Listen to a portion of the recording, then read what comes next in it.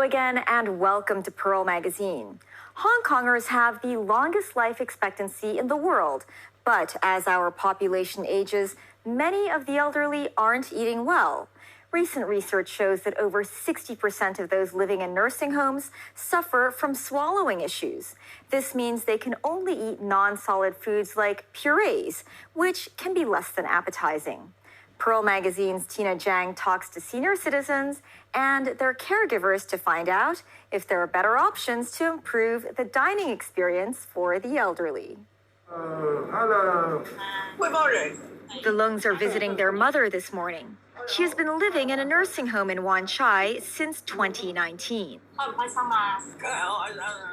In nursing homes all over Hong Kong, visits have been suspended because of the COVID-19 pandemic. The Lungs can only see their mother via video call, but still, she's happy to see her family. Their mother, Lai Ping, is 97 years old. She has a sweet tooth, but because she now has problems swallowing, the only food she can take is puree. She is not picky with food, but she likes sweets particularly. She doesn't like the pureed food because there's barely any flavor. Her family was a little worried that she wouldn't like the food here. Luckily, 3 months ago, the nursing home started providing her with special meals to replace the puree. Today, her family tried out the food for themselves.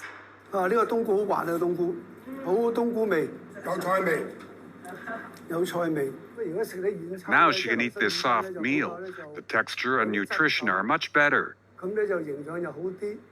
She likes it. When she was living at home, the food we cooked was not as good as this. My mother's weight has increased since she came here in 2019.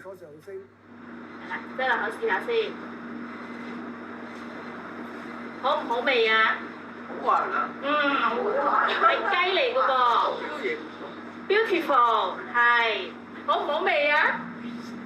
Yes. But not every senior citizen is as lucky as Lai Ping. One expert says pureed food still dominates the menus of most elderly care homes in Hong Kong. Puree food simply means you blend the food into one smooth consistency. So smooth it looks like yogurt. One of the simplest version will be you put the rice, meat, vegetables, soup all in one. You blend them all together and you come up with one bowl of puree. You can already imagine the taste won't be very nice.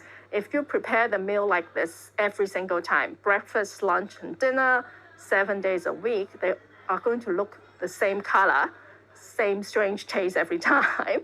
So it's not appetizing for the elderly and they don't like the puree. But if residents refuse to eat, their health can suffer. You will lose weight, you will be at risk of malnutrition and dehydration. And for elderly, this can cause degeneration very quickly. It will bring into different organ system failures. Dr. Chan has been researching swallowing issues for over a decade. A few years ago, her team conducted research and found out that in Hong Kong, nearly 60% of elderly in nursing homes and 40% of the elderly in daycare centers have been suffering from dysphagia, a swallowing disorder. In the Financial Secretary's 2020 budget speech, the government allocated $75 million to subsidize elderly services to providing better and improved soft meals to seniors with swallowing problems. However, due to manpower constraints, most elderly care centers can only provide 2 to 3 soft meals weekly to those in need. At the PLK Elderly Home, this soft meal is specifically designed for those with swallowing problems. If we are to provide the elderly fish, so we blend the real fish meat and then add in water and blend it. We adopt the thickening agent from Japan and add it into our cooking, and then we put it into the mold of a fish and then take it out together. And what we see will be a fish in a shape. She says the taste and smell of the final product should be similar to the original food. The only difference is the texture. What the elderly put in the mouth will be much softer and very, very easy to swallow. Irene Lee has been working as a speech therapist for 10 years. 姑娘呢，喺阿麗萍一陣食嘢嘅時候，我摸一摸你個面珠燈，摸下你個喉嚨啊。好啊。Swallowing difficulties, we call it more professionally, we call it dysphagia, is a very, very common situations that happens in elderly populations. A lot of elderly, they have teeth issues, they have jaw issues, they have mouth, they have lip and tongue issues.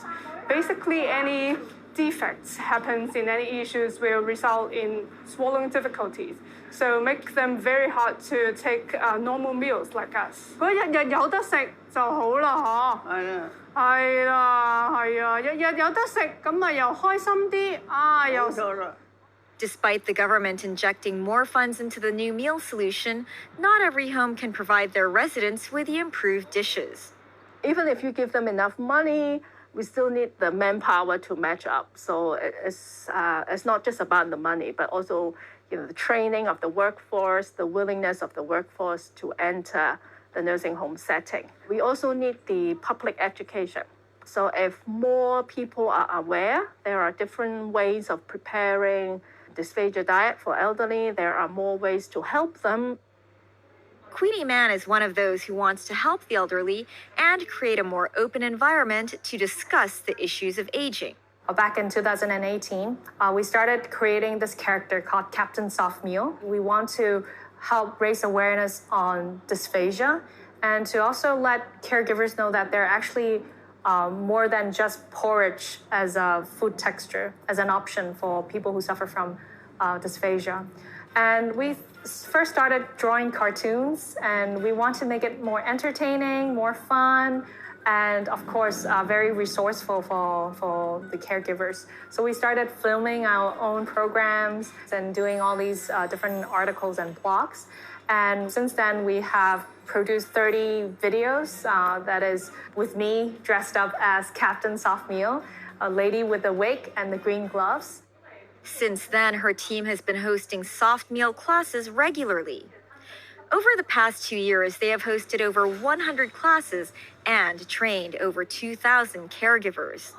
Most of the time, elderly homes, they're faced with problems such as the lack of manpower, the lack of space, and the lack of resources to recreate these different kinds of texture-modified meal. So with our Captain Soft Meal platform, we're not only able to help the caregivers themselves, but we're also able to help the frontline workers, the chefs, and also a person in charge of the elderly homes.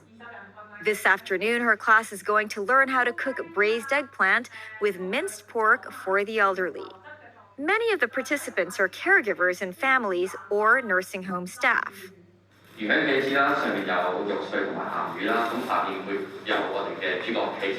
Hillary is one of the participants. My grandma used to have swallowing problems. She had to add thickeners even in her drinks. The water looks gluey. I tried a sip, and it was not tasty at all. Then I realized she was suffering. My grandma was foodie, and it was heartbreaking to see her getting thinner and thinner. We can often go out for big meals like barbecue or Western meals, but they can barely eat anything. Just look at them, you will know her life was miserable. Hillary's grandmother passed away a few years ago. She wishes she had learned how to cook soft meals sooner. Now my grandpa also has to eat minced food.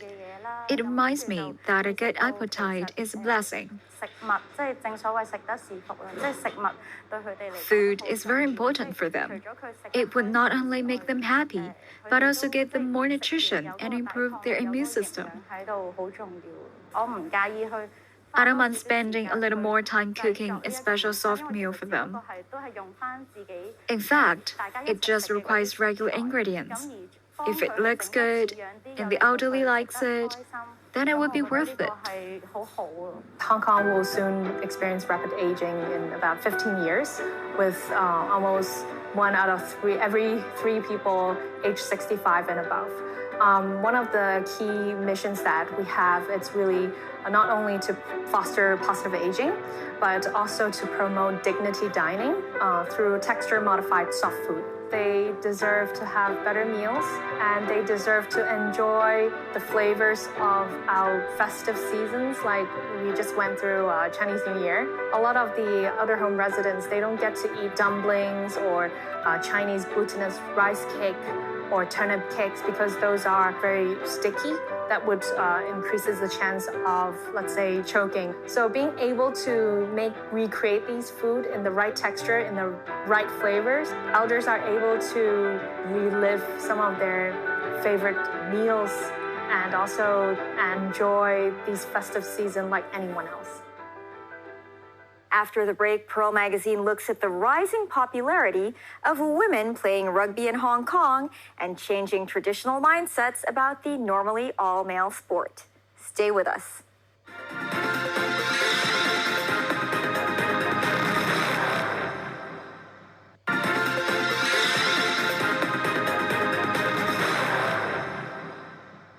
Welcome back to Puree magazine. Women's rugby started to pick up momentum from the early 70s to 80s, growing in Europe, New Zealand, and Australia. In Hong Kong, women's rugby began around the early 90s. The sport has grown in recent years as organizers try to introduce the sport to girls in grassroots communities. April Joe looks at some of the misconceptions of the sport and the passion and camaraderie of the players. It's a Tuesday evening. 15 girls are gathering on a rugby pitch in Aberdeen. The girls have brought a gift for their coach, Tanya Dar. Oh, a game. Tonight is their second training session since the pitch was reopened after a 3-month pandemic suspension.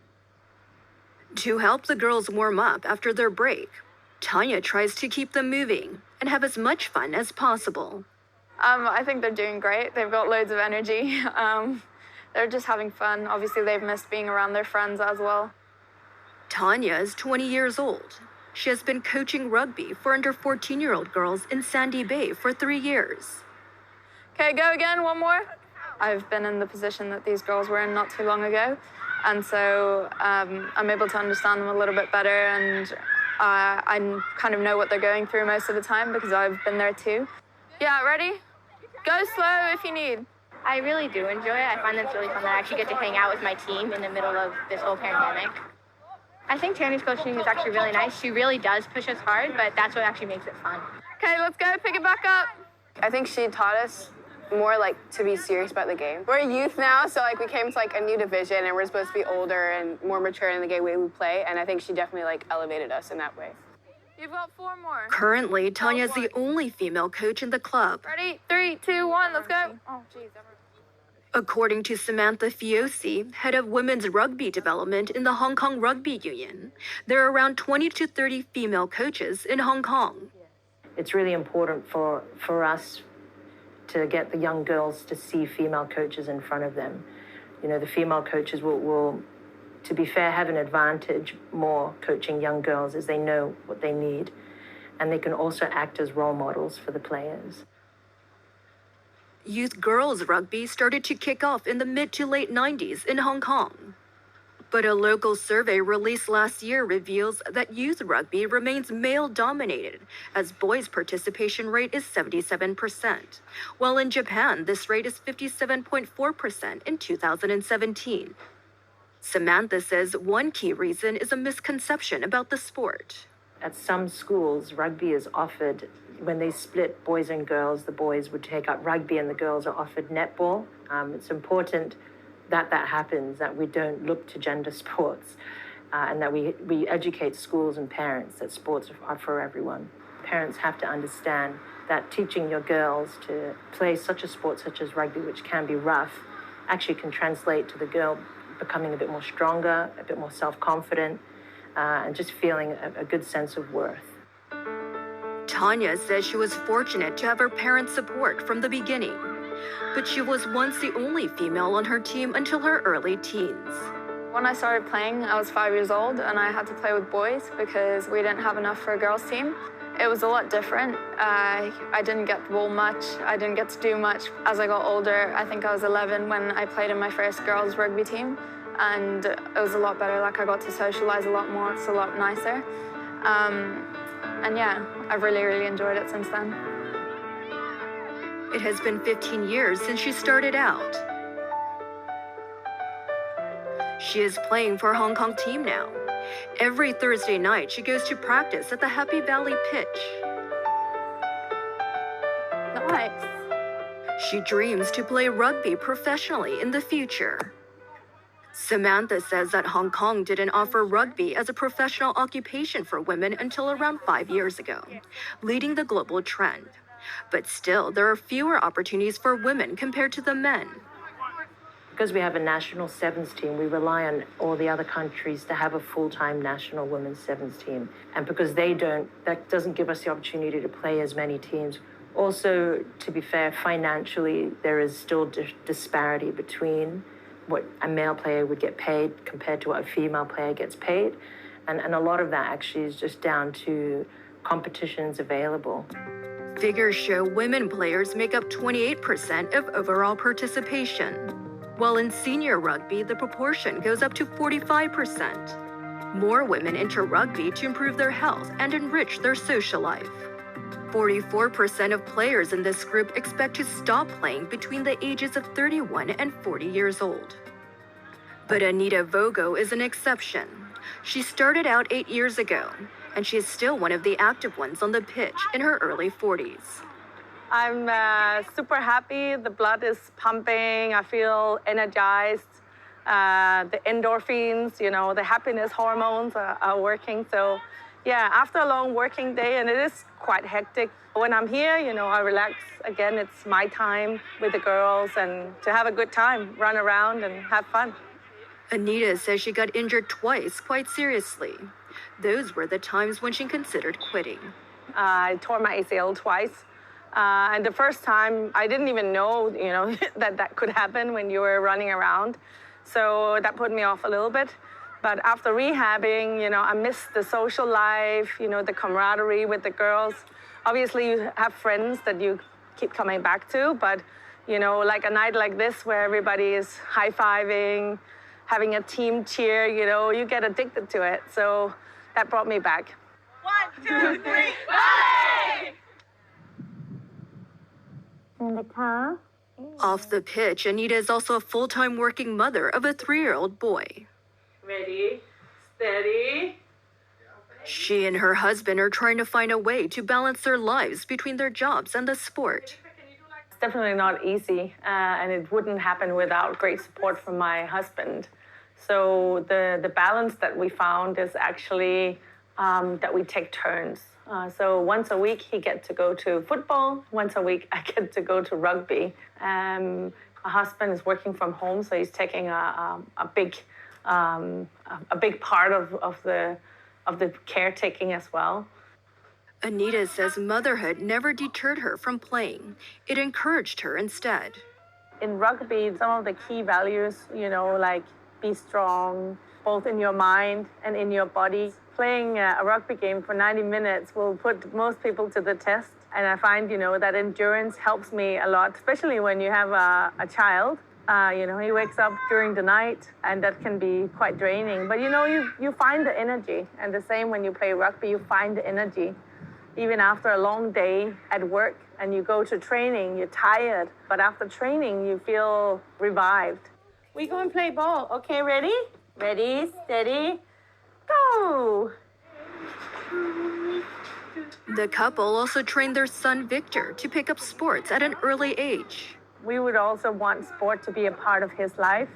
I think outside, whatever you choose to do, not just, to be healthy, but to have a community with other people. So we will definitely encourage him to do sport. And, also for kids as they grow up, it's important to move, to use your body, to learn how your body is feeling. I think that's super important. The brain is part of the body. So if your body is healthy, your brain will also work better. And as he grows older, if he wants to play rugby, it's up to him. Any sport will do. Domestic helper Selena Tumugden is also a rugby player. I'm going to Happy Valley for our rugby training. It's not my jail today, but my boss allowed me to go for training if I have a training in rugby because they know already that I'm playing rugby and they did support me as well. Selena puts almost all her off-work time into sports. I play touch rugby, tag rugby, and contact. So it's either rain or shine, we still continue. We train. She joined this team as one of the first two helpers. They introduced more friends to join afterwards. Joanne Gilliarda and Karin Milan followed Selena to the team. First, I'm shy, but I always put on my mind that if they can do, I can. They teach me all. That's why I really like this team because they help each other. You talk about what our mistakes or what we should do. Yeah, after a game. Oh, we supposed to do this one. Yeah, yeah. We were sharing as well because we're learning. Yeah, as well. So if we know something, we shared. Then if they know something or that I make a mistake, so they will tell me as well. 7 helpers are playing in the club now. They hope to inspire more helpers to play sports. To show them, you don't have to waste your time just sitting there and doing chit-chat on the streets. Yeah, just do something valuable like sports or something that it makes you not to get bored. At least here we experience. At least we meeting some people. And I do understand that they only have one day a week, and I do understand that they want to take a rest. But it depends upon the person. You're tired, like you're sitting there, and your energy is wasted. So how much could you make a change? Change for the better. You are here to work, and you have to show for yourself, to prove for yourself you are a domestic helper. But that doesn't limit you to do any stuff. You can do better. Selena, Joanne, and Karin come from the Philippines. They say they will stick with rugby, at least in Hong Kong, because rugby is still new back in their home country. It's the same in India. Tanya says it pushes her to do more. My ultimate goal would be probably to play at a World Cup, to represent Hong Kong in the World Cup, and just to play for as long as I can and just enjoy as long as I can. And maybe when I can't play anymore, my goal would just be to keep coaching and keep giving back because, the game's giving me so much. I would just like to hopefully go back to India and set up some rugby camps there because they've got loads of talent, loads of passion, just haven't got the infrastructure at the moment. That's Pearl Magazine for this week. Thanks for watching. See you next time.